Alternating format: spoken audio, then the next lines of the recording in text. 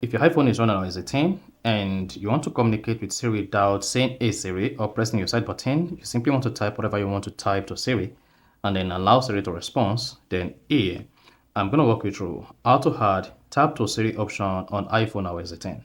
So this feature allows you to communicate with Siri without saying "Hey Siri" or without pressing the side button. So if you do, this is going to pop Type to Siri on your iPhone.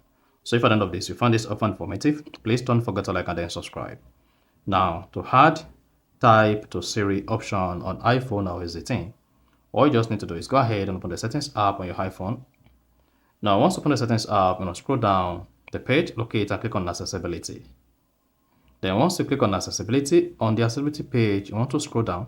Just keep scrolling down until you get to general. Under general, locate and click on Siri. Then once you click on Siri, then you have Type to Siri.